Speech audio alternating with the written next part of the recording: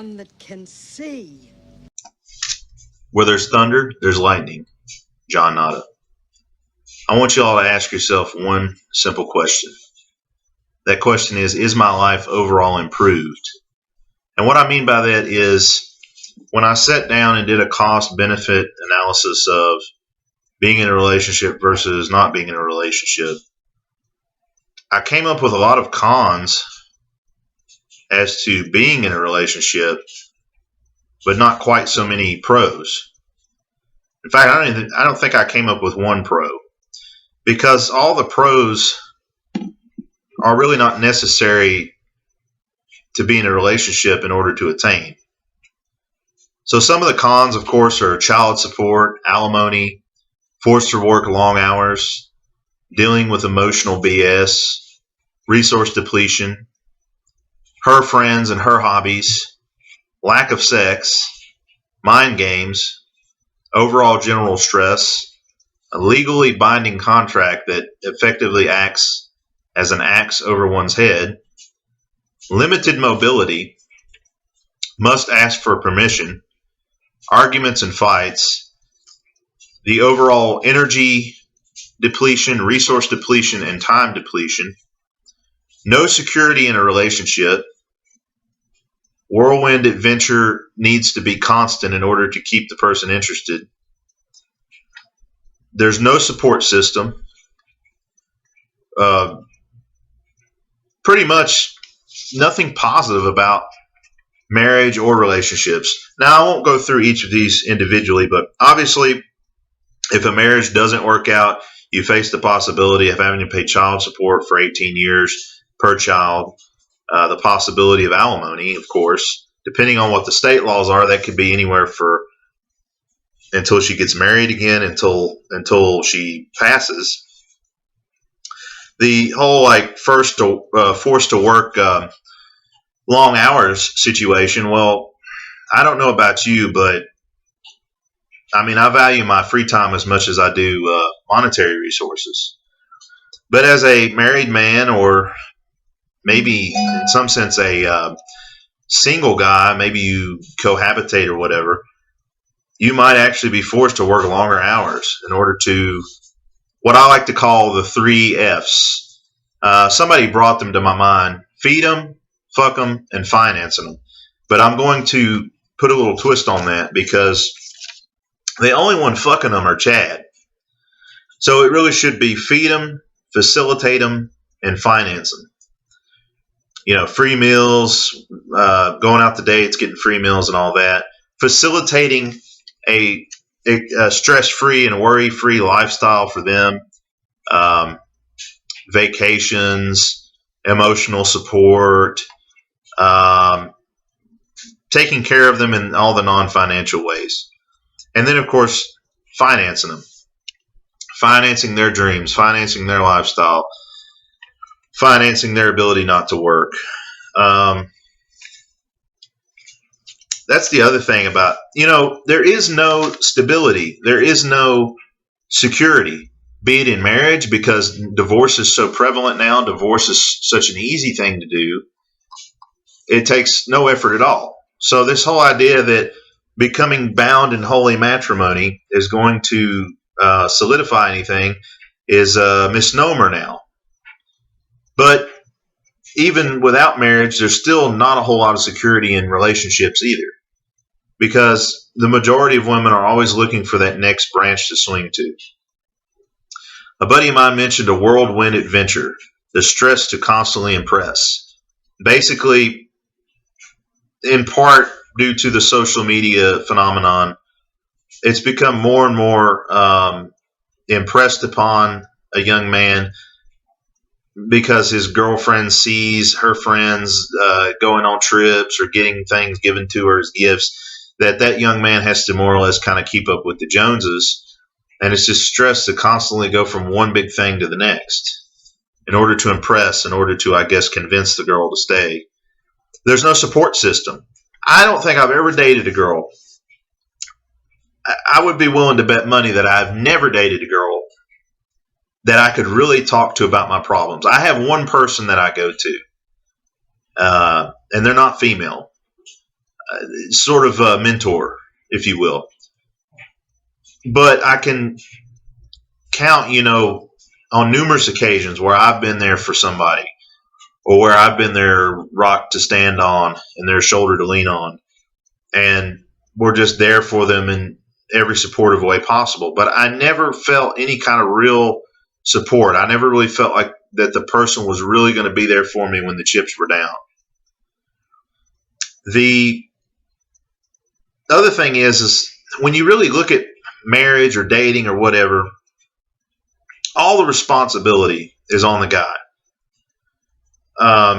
And these people that you're in a relationship with, they take over like a host parasite. They attach themselves to the host, and they're very parasitic, because then your whole life is taken over. Because then you hear the jokes about marriage about, well, my wife won't let me, or happy wife, happy life, and all that BS. You're limited mobility. You're limited by what kind of job you can take, where you can move. You have to ask permission to spend money or hang out with friends. And a lot of that, of course, results in the fights, like was mentioned earlier. Depletion of resources, but also of emotional and physical energy. And dealing with the emotional BS as well. And, people like to, well, there's sex, but everybody knows that married men have the least amount of sex. I mean, if that's really the case, really a one-night stand is really the better way to go, because you sidestep all these other issues, and really the only thing you have to deal with in that case is the false rape accusation. But these mind games, this emotional BS, this one of the worst people I've ever met about that was a girl I dated a while back, and there was just no pleasing this person. And anything you said could and would be used against you. And it just got to the point where you were just dumbfounded by some of the things coming out of their mouth because of how inane and obtuse it really was. And you couldn't believe that this person was a sane person. But all that being said, you figure, even if you win, you've lost. Even if you win, you've lost. Because after you jump through all the hoops, you do all this stuff. Let's say you jump through all the hoops, and then the hoops are lit on fire, and you jump through the hoops again. And so now you're in an established relationship with this person. Now you've just inherited all these problems, this list of problems, which can go for marriage as well as just a relationship with somebody. Even if you've won, you have lost. And the thing that a lot of men seem to have issue with is that they are controlled by the external factors of life rather than by the inward calm. And something else I've noticed is that there are a lot of people doing Mgtow wrong. There are a lot of guys coming along the scene that have not really taken the red pill. They've not really had these realizations. They may have had some experiences here and there, but it's not enough to really convince them of the truth. And so they're using Mgtow as sort of a refuge until the next girl comes along.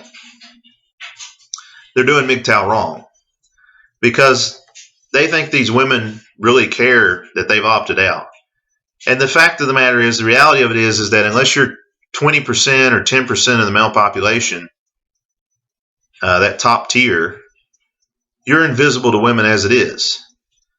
You should do Mgtow because you don't want to be controlled by external factors, but rather be controlled by yourself and your own inward calm.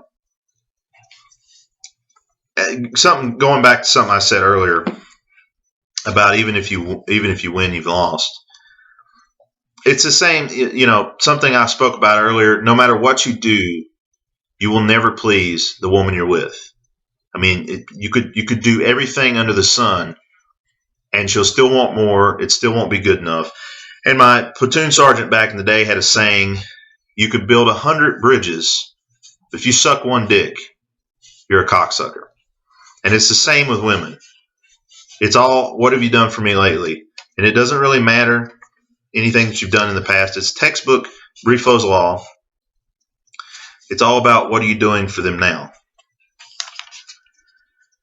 So I don't see a whole lot of value. I mean, I think we've established that marriage is a raw deal. But even a serious relationship or a long-term relationship pales in comparison to the value of a sacred hoop. And those of you familiar with Young Guns will understand that reference.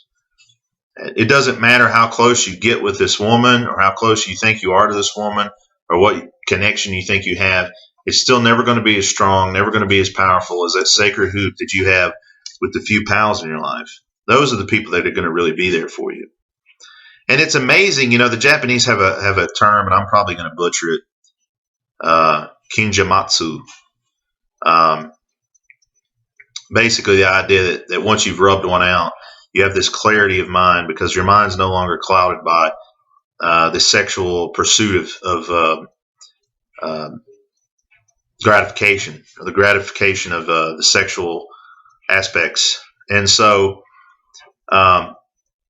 again, kind of coming from an earlier video, we see the value of escorts and that whole industry as opposed to relationships because, there just really is no benefit to them.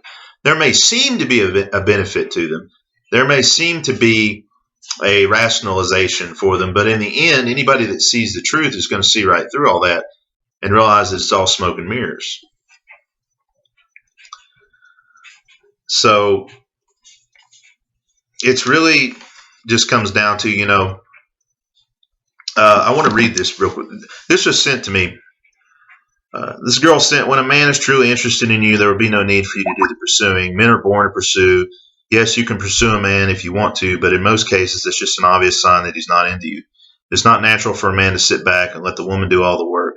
For a man who claims to like you to sit back and allow you to do all the calling, texting, dating arrangements, talks about the future, etc., it's pretty obvious where you stand in that man's life. When a man really wants you, you won't have to chase after him like he does, like he's some celebrity who barely has time for a fan. You will be his priority. Now, notice there's no expectation. There's no requirements or anything on the woman. And undoubtedly, that was probably written by a woman. But funny enough, the same girl that sent me that has done everything in that text at some point, or in that meme or whatever. So it leads me to believe that if all those things are true, if a guy does it, then they must also be true if a woman does it. Again, it's all about lavishing attention on the woman. It's all about putting the woman center stage. And there's no requirements for the woman. There's nothing the woman has to do. It's all about the man sacrificing himself on the altar of gynocentrism. And yet, I was to believe that this person cared about me when they never initiated texts, they never called, and they said pretty much that they were too busy. They had too much going on to do any of those things. Which, as we all know, women are never too busy to send a text because they constantly have their phone. So just the level of hypocrisy there. And by the way, this person's in marketing, and if you're familiar with Bill Hicks, and I think I mentioned it in another video, I was tempted to send the Bill Hicks marketing video, but I thought it might be a bit much. Seriously, you are the spawn of Satan. There's no joke coming. I'd like to leave you with this thought. Alan Watts said, if money were no object, what would you do? Where would you go? What would you do in your life if money were no object? And honestly, I think that speaks to the heart of Mgtow. If you could do anything, if money were no object, what would you do? And I think that's the goal of Mgtow to an extent, to be able to be free enough to go and do and be whatever you want to be. To me, that's the heart of Mgtow. If there were no objects in life, what would you do with the opportunity and with the potential that's there? I've got nothing else for you today. This has been John Nada in the Days of Thunder. And remember, only you can prevent divorce rape.